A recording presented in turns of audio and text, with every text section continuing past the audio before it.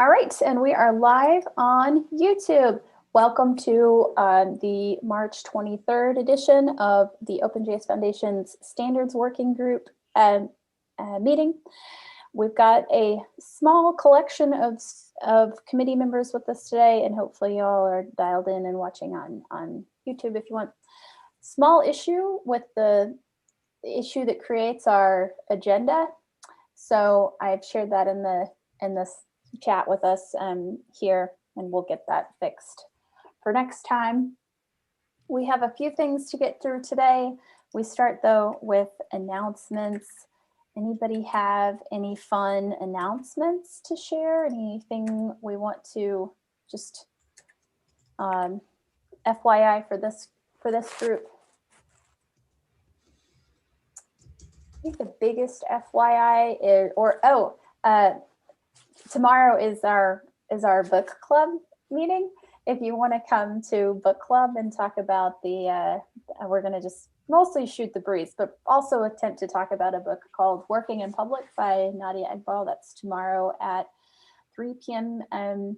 Eastern, and it's on our calendar. The other FYI announcement is just that we've moved the conference day. I think that's old news at this point, or June 2nd, and we're hoping to have the announcements of all of the speakers in the next couple of weeks. So just be on the lookout for that. That's the other kind of like. I have one thing. Oh, yay, okay. Yeah, our wonderful Jory Burson was featured in a GitHub README article. If you missed it last week, encourage you to read it, about open source and open standards and how some of the experiences she had in her path and her journey. So it's pretty awesome, and we are super proud of Jory. Thank you, Robin. Or as my 4-year-old would say, though, boring. No, definitely not. Super duper not boring, as Jory would say. All right, thanks. Thank you. Cool. All right, let's dive into our agenda. And actually, maybe before I forget it, let's start with the one that's actually not an issue that Robin raised to me just prior to the meeting. So recall, if you will, our many different strategic directions, and the fact that we've been having these very interesting and fruitful conversations with the W3C about how we can collaborate and do more together. That's going really well. We've got a few concrete things that we'd like to move forward together on, some of which we'll talk about today. But one of the things that kind of percolated was, perhaps building a shared principles statement. We're members of the W3C. The W3C are considering joining us. It's sort of like we love each other, sort of the way to go about it, because there's not real money changing hands, but it's that's a path. Memberships all the way down. Memberships all the way down. It's actually web rings, and we're all just sort of like joining up. Subscribe to my web ring. So anyway, one of the ideas was kind of like a principle statement, and Robin, I don't know if you want to kind of expand on that a little bit more, but we really like this as a general idea. Yeah, I think there's some things that we all just assume that we have shared principles on. I've done it a couple of times, and you think it's just sort of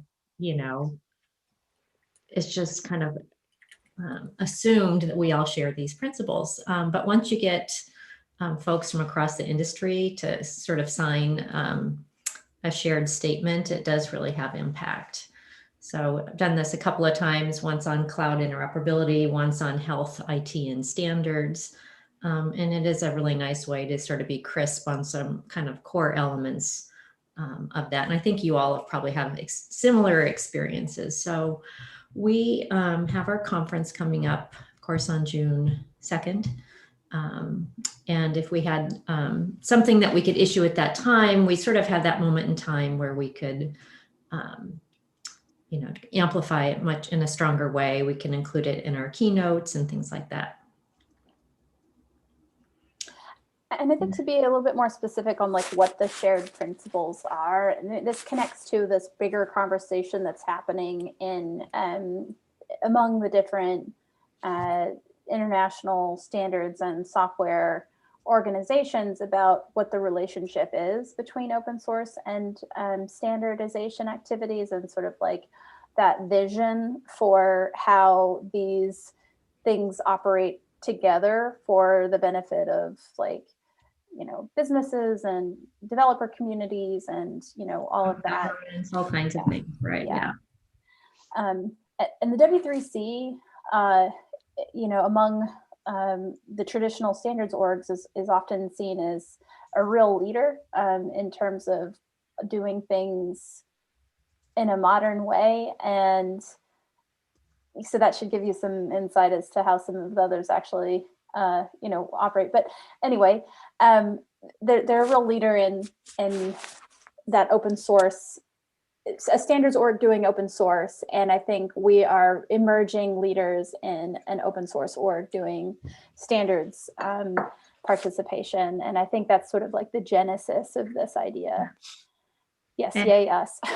Right. It would surprise, I think, the average person in the industry that we like you said, love each other and it all works together, you know.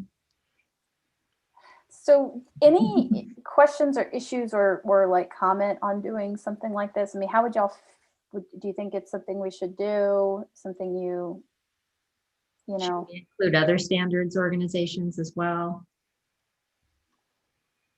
Maybe if we laid it out with the organizations you had mentioned, we can get others to buy into it.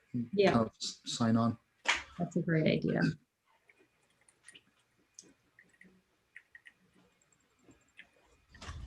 Got a +1 from Brian, a thumbs up from Joe.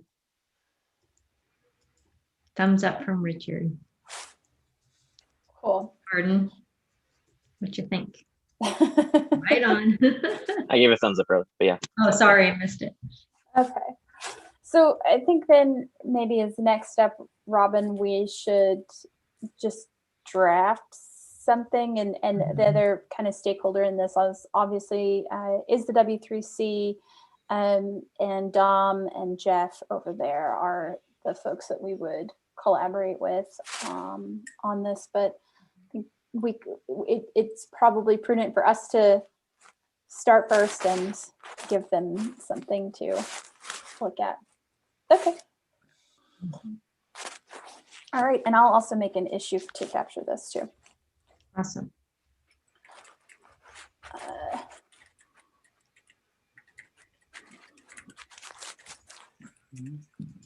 All right, cool. Joy to file issue. All right, next thing on our list is issue 130. Actually, you know what? I'm going to save that for last because that's more of an open-ended discussion, and the others are hopefully more tactical. So skip 130 for 128. 128 is the nominations for designated W3C AC rep. That is so uncontroversial. Uncontroversial. So it looks like we don't need to open a vote, and I thank everyone for giving a nice thumbs up on this. So I'm excited to be your new AC rep. On behalf of the Yay, Jory. Yay. Okay, cool. Thanks, y'all. All right. I think there's nothing else to do except for to report to the CPC that decision was reached. And do the actual transition in W3C. And then also the rest of the work. And then sign up to get a lot of email. And Jory, we always blog when we have a new standards representative as well. Okay. Oh, that's a good point. We do need to, so nominations, let me note that really quick. Nomination issue, that was issue number 128. So we're going to tell CPC, sign up Jory. blog. Cool. All right. Next agenda item is let's just checking in on 114, the strategic planning and goal setting issue. I think I'd like to figure out how to transition now from this sort of discovery phase, which is what we've been at. First off, does anybody need like a quick context refresher of where we're at with this particular project? Are we good? We may be good. This is the whole thing where we've been like getting lots of feedback from Is there projects. any updates on the feedback since last time? The one Or- big change is that we talked to Node, the Node TSC, and unsurprisingly got a different, other perspective and other feedback. Interest primarily, I believe, in number 5. Also number 2, strategy number 2 was that discussion space. And number 5 was the educational resource development. I would say too that they were pretty enthusiastic about, I think, across the board. We got a lot of all of the aboves as well. Yeah. So pretty supportive. It's great. Yeah. Mm-hmm. But as we look at sort of like the data that's come in, I think we're really kind of driving more and more toward 2 and 5 being the predominant choices. But again, many people are saying they like all of them. And number 6, which is the no jerks strategy. I've given all of these like short code names. So number 6 is no jerks. Everybody likes no jerks, but they see it as something that we can do or something that we can promote as we are working toward another objective, which I kind of, I get. And I think that that we should take that there. So 2 is the discussion forum, and 5 is education. This also actually fits well potentially with some things that the JDF wants to do with regard to educational resources for people learning about standardization. And so I think there's going to be partners we can work with to get some of these things accomplished, which will be great because we're such a small group, comparatively. So I think it's all of that being said, on number 114, the strategic planning and goal setting, I think we're probably at a point where we need to say, we're going to focus on, for example, 2 and 5, and here are the atomic projects that we want to try and build for 2 and 5. For example, are we comfortable? Like, are we there? Are we ready to say, okay, let's close that issue and now focus on those projects and brainstorming some projects for that? Or do we feel like we need to do, something else before that step?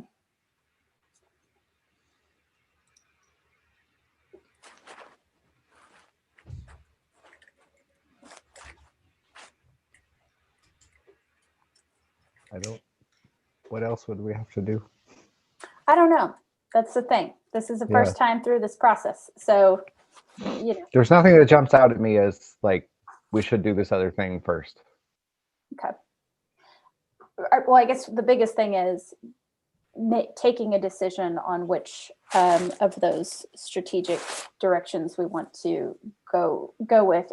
So I guess that is the thing, right?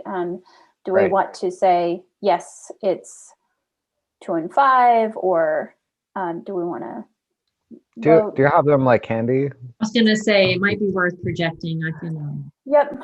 Yeah. If Robin, you've got that deck handy, I'll let you project maybe. Let me see. It'll take a second.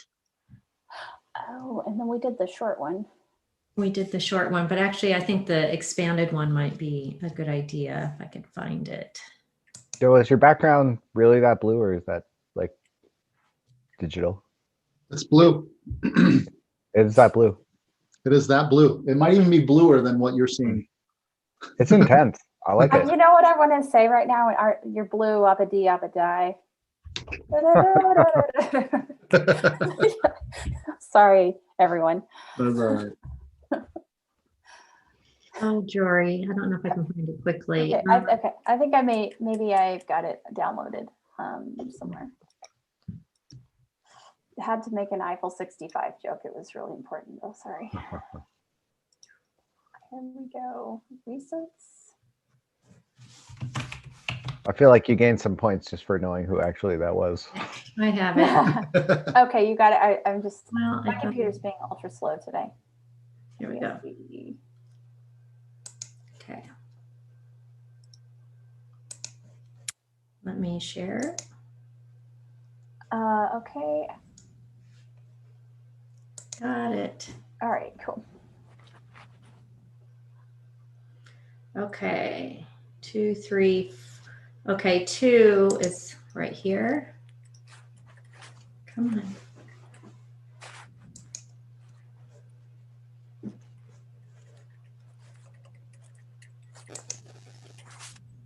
Okay, yeah. So,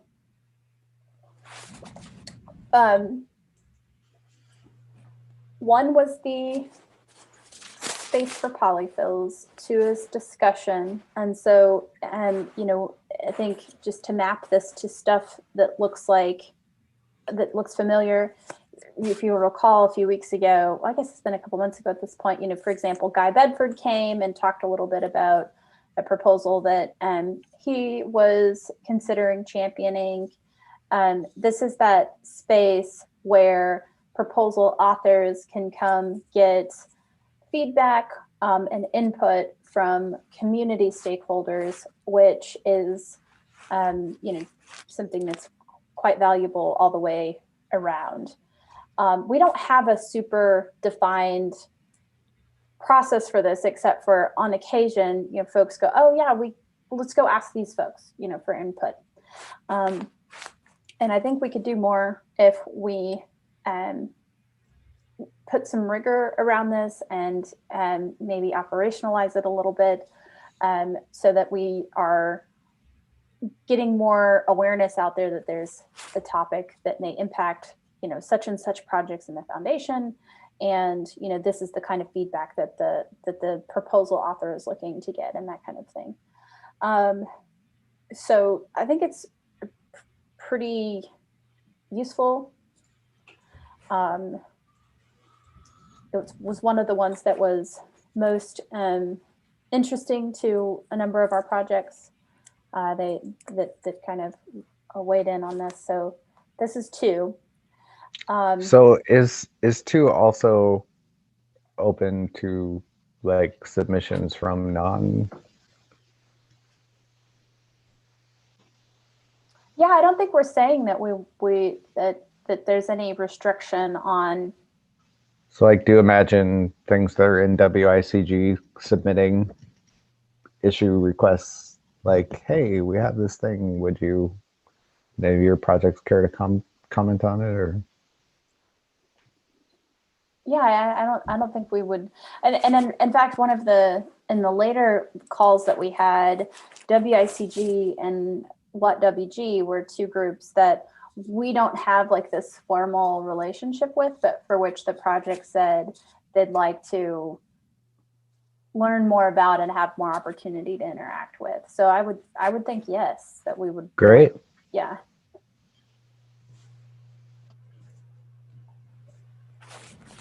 I think just philosophically, our foundation, I mean, we invite non-OpenJS projects to come to to speak at our conferences. I think we're always reaching beyond our foundation. So that's 2. And then 5 was this onboarding space, right? So we identified that a number of the standards bodies may have some materials that help people understand their process that's specific to them. And there are also lots of other resources out there that may describe generically. Sorry, I'm eating a piece of chocolate light up. Generically how which group does which standards and that kind of thing, but there aren't a lot of resources for people who really want to like get in and grow perhaps a part of their career in tech standards. So this would be creating more of a resource that we help curate that's not specific to any one web standards body, but rather helps one be prepared for participation in multiple. I think this one also helps, even though it's kind of helping grow people. I think it solves a common theme we heard that, oh yeah, I can get standards done because I know the right person. Mm-hmm. So if there's a little more transparency and openness just across the board, I think it helps on multiple fronts.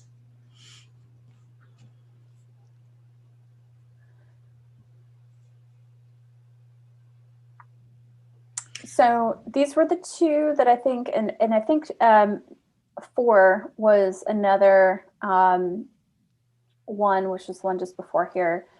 And 4 is the strategy of supporting individual projects that have standards related goals. So for example, AMP getting more involved with CAT at the W3C, or other types of format standards, that kind of thing, and providing them resources and support, perhaps to advance their own spec using the JDF templates, or going to work with a group and helping to onboard them in, say, a working group or something, as they may need.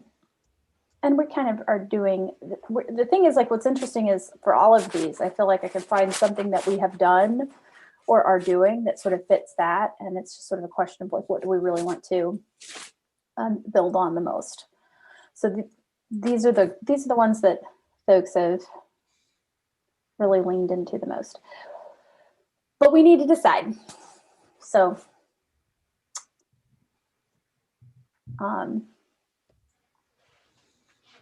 decisions. Who wants to make the decision?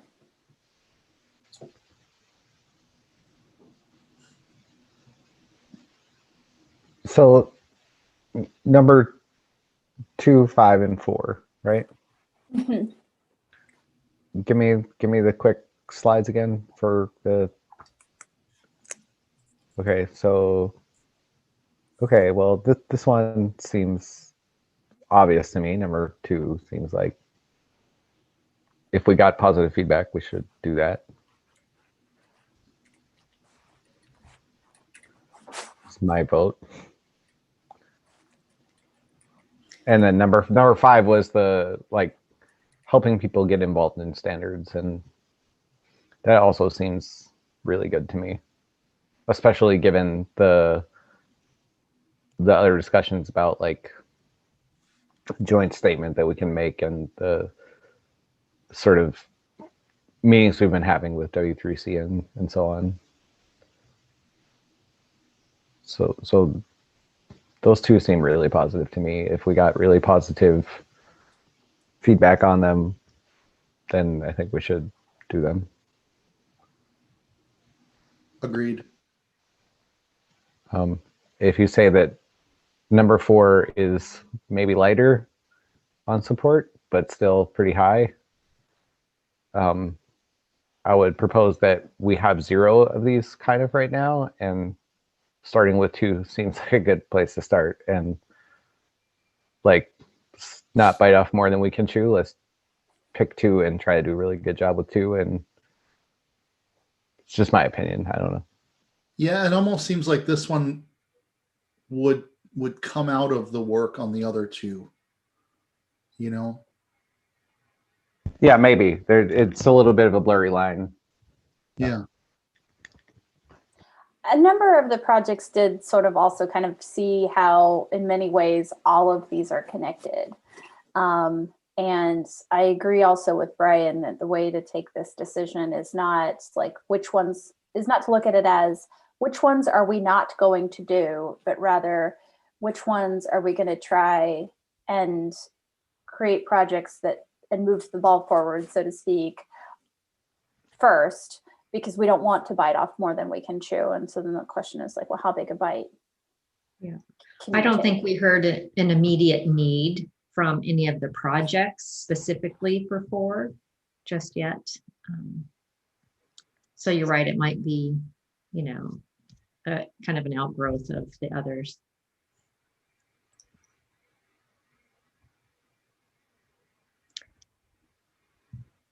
So it sounds like, so if we said focusing on 2 and 5 as first order of business, and scoping, then taking time to scope some specific sub-projects to achieve under 2 and 5, would we be pretty happy at the end of the year if we've accomplished maybe a couple of projects that fit each strategy? Would that feel good? That's, I mean, Would feel pretty good to me. Yeah. okay. All right. I think at this point, you know, everybody here seems excited about all of them, actually. That's the problem, right? When you have all of them and you like all of them, what do you do? But it feels like we have consensus to start with 2 and 5, and we can start brainstorming projects for 2 and 5. Yeah. And I've already got a couple actually for us to consider, so. Right. Great. All right, so I'm going to record that we reached consensus to move forward on 2 and 5. And we'll create new issues now for the projects focused on that. And I think I'm hoping that this actually becomes useful. This work becomes useful to us over like a longer term, right? So even next year, we're going back to this and going, okay, is there a project we want to execute under these? Because this feels like many years worth of opportunities, frankly, for us. Cool. So then on, that's 114. We're moving on to the next step. And that actually takes us really well into the discussion issue for today, which is number 130. And that's standards education and onboarding project ideas. So if we take 5 as a given, what do we need to perhaps flesh out some of those specific things that we could build to support people learning and onboarding into standards development activities. And so I'd love for us to like brainstorm on that.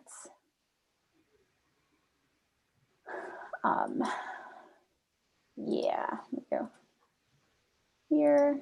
Let me pop this issue in the chat just so y'all have it. There we go.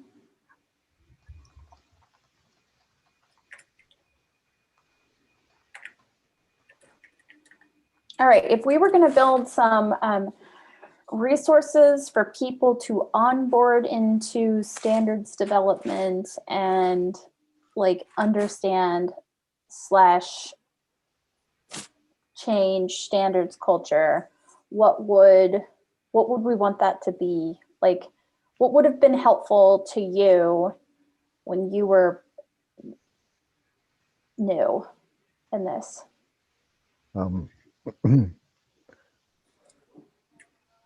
I think something about expectations is really helpful.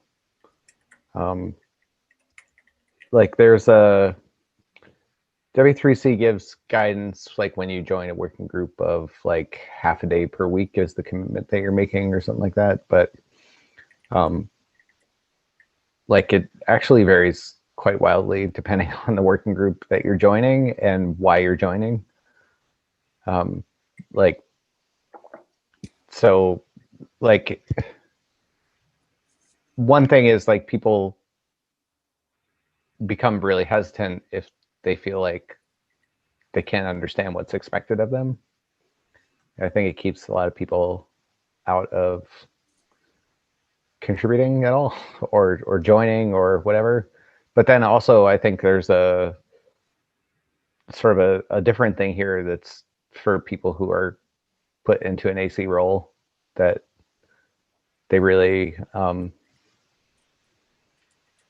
they have that kind of in spades, like that plus plus, that it would be really helpful to, like, I don't know, write something about that, or give something, provide a resource. I think even just like a Slack channel that people could join or something and ask sort of daft questions. I know, like, people I reach out to because of voting things, like, frequently say, hey, well, I have you on, my company thrust me into this role and I really don't know what to do.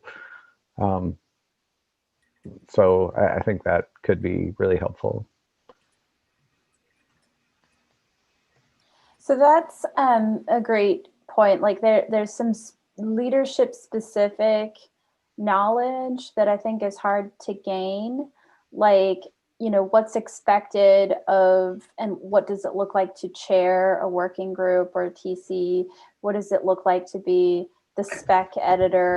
And, you know, I was thinking, this is like years ago, I feel like Jordan and I, we talked about, like, yeah, you heard your name as you eat your food.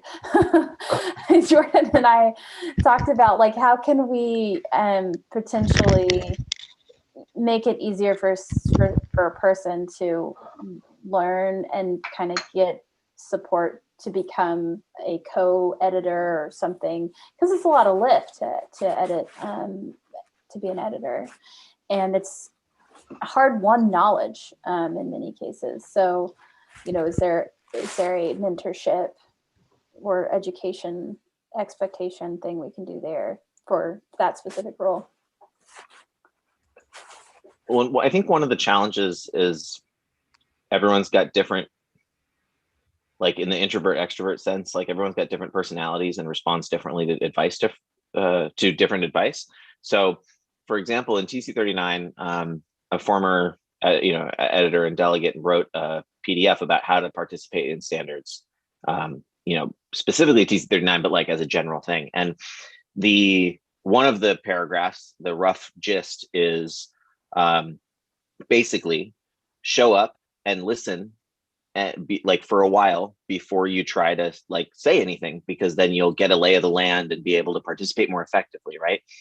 And more than a few people have interpreted that as like, shut up until you've achieved the appropriate, you know, until the gatekeepers have let you in, right? Have said it's okay for you to talk. And that is absolutely not the intention, and that's not how I read it, but people have read it that way. And so what I take from that is that even though I think that's good advice in every situation in life, period, to just like, you know, it's the parable about like, don't uproot the fence until you know why it's there, right? But I think that it's really difficult to word the advice in a way that's going to achieve the desired effect on different kinds of people, right? Because like someone who's very outspoken who heeds that advice is going to probably benefit. Somebody who's very quiet and doesn't need any encouragement to stay quiet, right? And who actually needs encouragement to speak up, that person might react in a way that we don't want just to the same advice.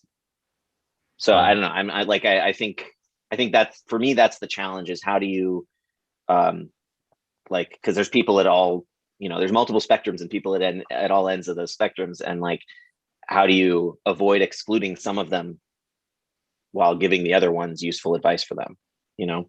Mm-hmm. Well, so then that says to me that, or a thought that comes to my mind is, then it's got to be a multifaceted resource, right? Like there's like got to be, here's some stuff for you to read or a video for you to watch or whatever, but then also here's this channel for you to discourse with Jordan and other people who have served in this role, so you can kind of like calibrate for your, you know, Right. Yeah. Would it be helpful to think about what sort of audience we all want to prioritize? You know, oh my gosh, I've been thrust into this role, I don't know what to do, to, you know, a new person just getting started, to, boy, I think this is pretty cool, I'd love to be an editor someday. You know. That's a great question. One thing I realized after talking to after we talked to like, I actually don't remember who we were talking to. Maybe it was the W3C, maybe it was just a side convo. I don't know. Was that it depending on also the age of the group. So like, for example, TC39 has been around for many, many years. It's pretty well established in terms of its process and expectation for what the role does.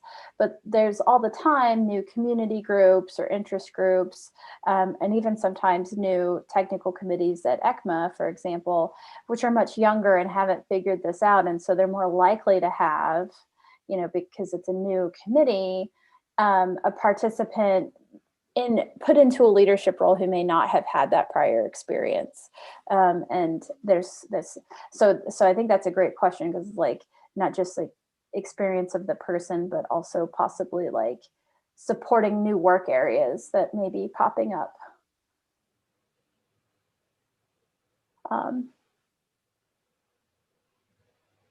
Like on a general sense, is there any preference for like what we want to focus on? Is it like, here's some established things and the way it works in some of the established fora, versus like, here's resources for like the new crew? No, I don't know, like strong feelings? maybe it's even possible to have something that's general that includes that degree of nuance, that like the answer is it varies a bit, and here are some of the ways that it varies. And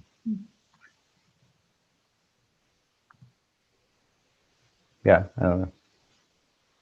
No, I think that's a good answer, having a generalized approach. I mean, kind of that happy medium. It makes a lot of sense. So, and then you can calibrate it up and down depending on the tactic, right? So, yeah, I think like partially beginning to assemble some kind of, I don't know, center on the web where a lot of these things you can come to find them. And then like also I assume they will link to other even existing really good content that exists on this subject. Like there are some good talks. There are like, I think Boku's document that they made is actually really good. Includes a lot of good stuff in one place you could link to.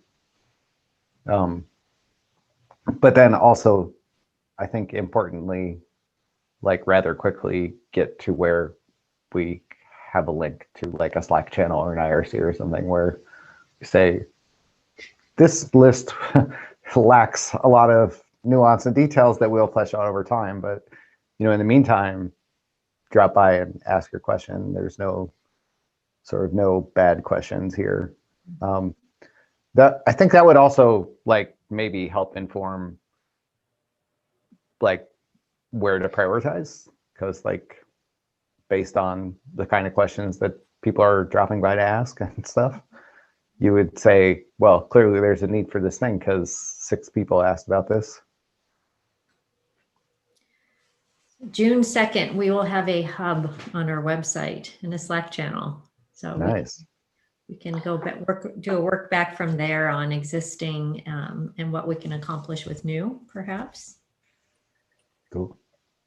I like that idea. Like we could use the event deadline as sort of like a goal by which to have an MVP of like of the pool of resources and a space during the conference for curious folks to come ask questions and that kind of thing. Yeah. That's a great idea. I love ship dates. Okay. So it sounds like some concrete things here. We need to kind of put a call out to our squad about standard squad. Yes. Okay, making a t-shirt.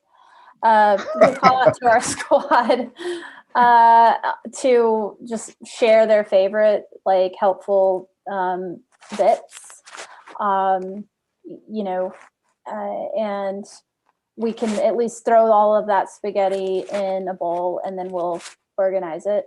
And then I think we'll want to probably figure out, I mean, for now, it's fine for folks to come in to our standard Slack channel. We've got like 500 people in that channel, and it's like 12 of us that ever talk too much, but it's quite a bit.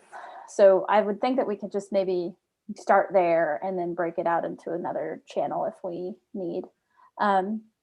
We could also humanize that a little bit too. So the folks in our group who are active or have leadership roles, we can have a section in our hub with a picture of them, just one paragraph on what they do and more information, you know. Oh, that's a good idea. So then I guess that's the other thing would be like to grab the volunteers from our group who feels like they have the bandwidth to perhaps do some spot mentorship and Q&A answering, and here's a face and a name and, you know, a real person who's going to be nice to you. I don't know if they would have to do mentoring. It's just that it gives them a real person and a face if they do have a specific issue to reach out to, instead of this mysterious, who do I go to? Where do I go? You know? Yeah. What group does what? So. Yeah. Yeah, it's a little bit different than just like shouting your question to the universe or something.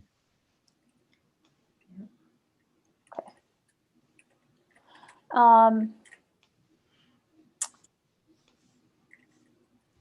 Cool.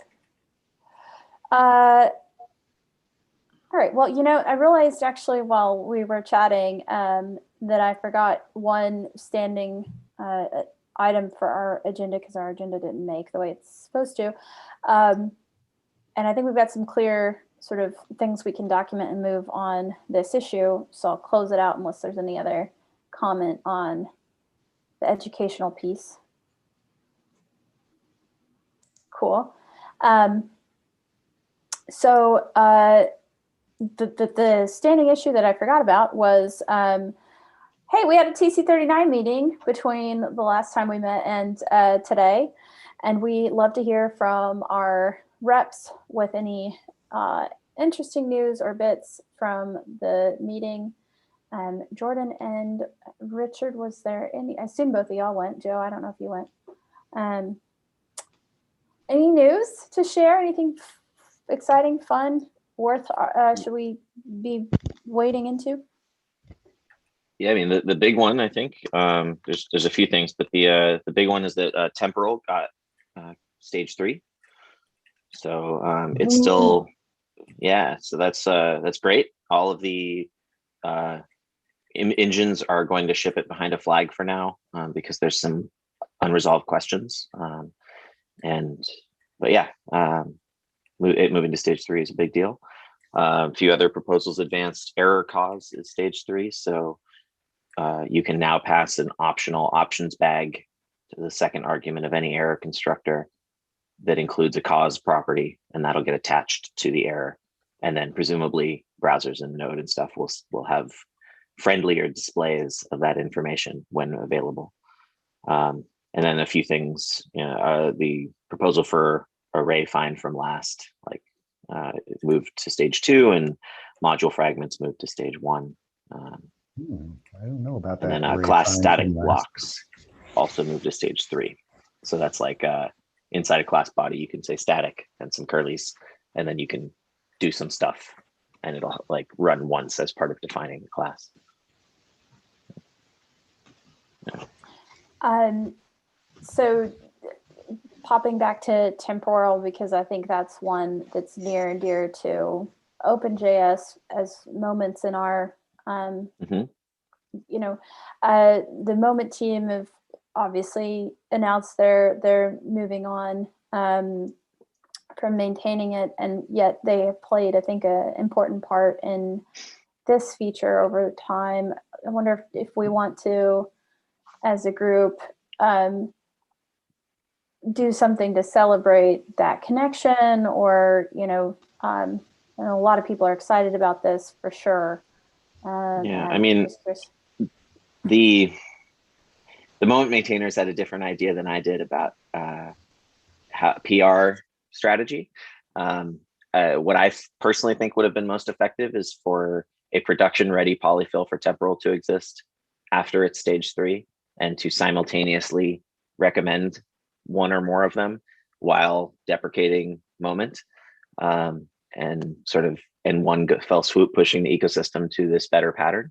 But moment did its sort of not deprecation, but like its moment is done blog post last year, and there aren't any production ready polyfills ready yet. So, you all don't have to agree with my PR strategy philosophy there, but if you did, then we would wait, and we'd probably want to wait until one or more of those polyfills exist, and then because anyone who migrated from moment to like one of the moment competitors is now going to have to suffer a second migration, because as soon as there are temporal polyfills, everything else is immediately obsolete. Those are just my thoughts in general about how to address it. Like, it's a good celebration, but it hasn't shipped in browsers yet, and there aren't the polyfills. So it's like a sort of more of a symbolic milestone right now than a concrete one. Well, interesting. If we'd gone for option 1 in our strategy, then I'd be saying, well, like, who could we, like, how can we start a polyfill for that in our, but we decided not. I mean, I certainly have that on my list of things to build. I have an ecosystem of polyfills that temporal would need to be part of, but whether that will be, it is highly unlikely that will be the only, and possibly not even the first one that's available. So I imagine that if we give it enough time, there will be probably 3 major implementations: mine, core JS's, and then the one that grew out of the proposal polyfill that's going to be deprecated soon. And there may be more, but I expect at least those 3 to be viable at some point in the next coming months. Got it. Okay. Well, we should keep our eyes open and on this, just because I like to highlight where we can, where our projects and our community members have been adding to the space. Anything else from standards, from or one of our affiliations? I was just going to ask on the TC39, is there a summary that we could forward to our projects? So the last time we discussed that, someone shared that another group was already providing summaries. I don't remember who that was. I don't remember who shared that, but it's I think the person is Hemanth, who typically does those. After maybe sometimes they take about. Is Hemanth an Hegelian? No, Hemant works for PayPal. PayPal. And I'm remembering that right. It's Hemanth, right? That's doing those. Yeah, I'm pretty sure. I mean, there's a few folks that do it. A lot of people do their little blog posts with the updates, but Hemant in particular does as well. So I don't know if he realizes that we might be relying on him to do it.